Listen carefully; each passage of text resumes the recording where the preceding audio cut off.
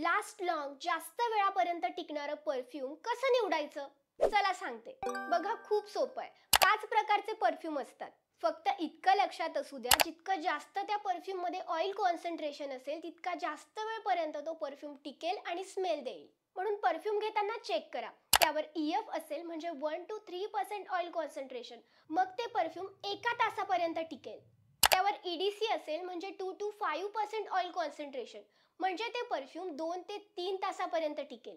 जर EDT असेल म्हणजे 5 to 15% ऑइल कॉन्सन्ट्रेशन, मग तो परफ्यूम 4 ते 5 तासापर्यंत स्मेल देईल. EDP असेल म्हणजे 15 to 20% ऑइल कॉन्सन्ट्रेशन, मग ते परफ्यूम 5 ते 6 तासापर्यंत स्मेल देईल. परफ्यूम असेल म्हणजे 20 ते 40% ऑइल कॉन्सन्ट्रेशन, म्हणजे ते 10 ते 12 तासापर्यंत टिकेल आणि स्मेल देईल. याचा स्क्रीनशॉट घ्या म्हणजे तुम्हाला सोपं जाईल आणि लक्षात सुद्धा राहील. आणि ही इन्फॉर्मेशन शेअर करायला विसरू नका.